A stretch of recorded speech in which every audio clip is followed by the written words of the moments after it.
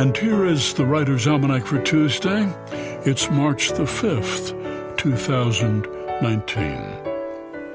It's the birthday of a playwright and folklorist and a great patron and friend of William Butler Yeats, Isabella Augusta Pearce, Lady Gregory, born on this day in 1852.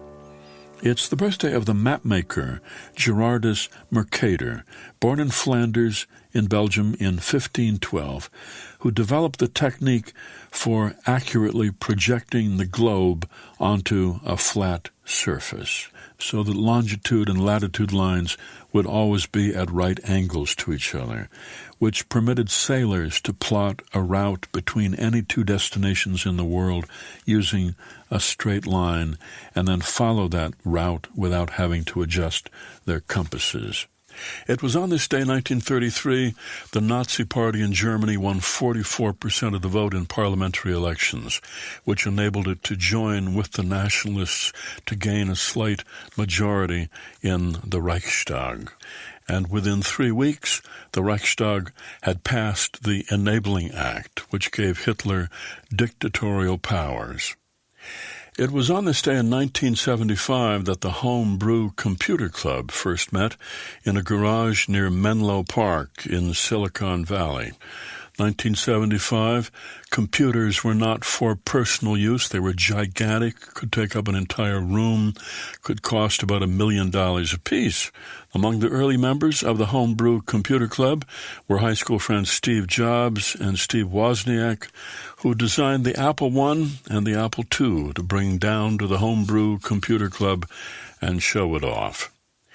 It's the birthday of the novelist Frank Norris, Chicago, 1870, author of McTeague, died at 32 of a ruptured appendix, having written 2 books of his Epic of Wheat trilogy, The Octopus and The Pit. Frank Norris, who said, "I never truckled, I never took off the hat to fashion and held it out for pennies. By God, I told them the truth. They liked it or they didn't like it."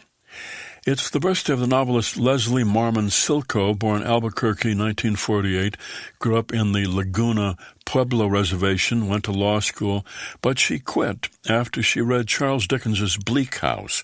She said, "The law has nothing to do with justice, and injustice can't be left unchallenged. So I decided to be a writer.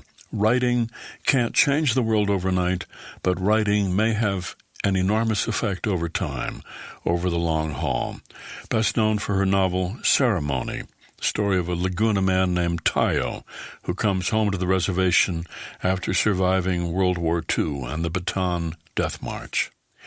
And it's the anniversary of the shooting incident that came to be called the Boston Massacre, 1770, an argument between colonials and a British soldier.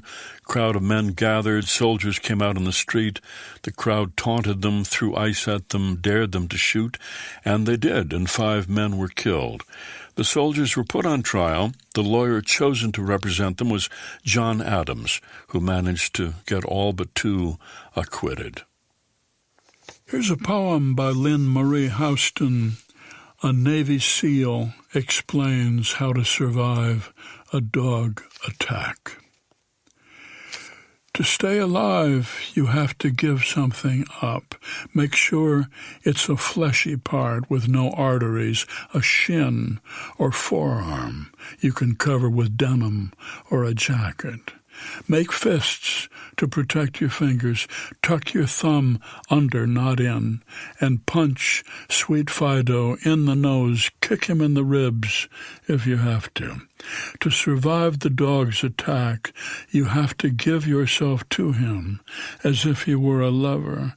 You have to be willing to put some sweet part of yourself between his jaws. Once bitten, resist the natural urge to back away. The Navy SEAL says, the dog has only one mouth, but you have 2 hands. Feed him one, then hit him with the other. A poem by Lynn Marie Houston, a Navy SEAL explains how to survive a dog attack, from The Mauled Keeper, published by Main Street Rag Publishing and used by permission here on the Writer's Almanac. Be well, do good work, and keep in touch.